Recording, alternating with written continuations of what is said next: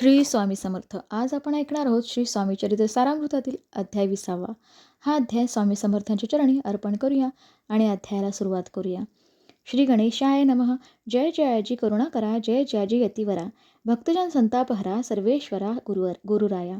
वर्णित समर्थाचे गुण, नाना दोष होती दहन, सांगता ऐकता पावन, वक्ता श्रोता दोघेही. असो कोणी एके दिवशी इच्छा धोरणी मानसी, गृहस्थ एक दर्शनासी समर्थाच्या पाताला.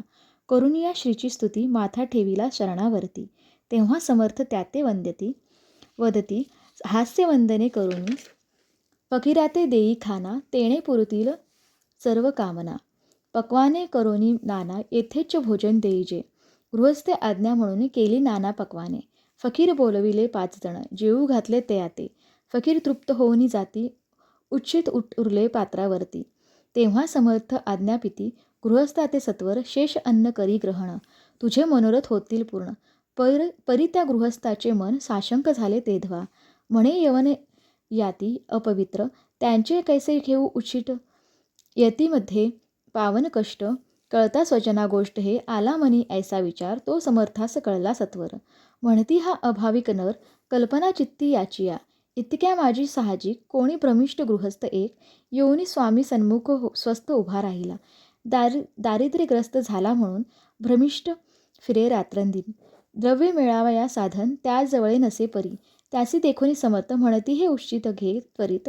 तो निशंक मनात पात्रावरी बैसला, त्यासी बोलले समर्थ, तू मुंबापुरी जाई त्वरित, सफल होतील मनोरथ, द्रव्यप्राप्ती होईल.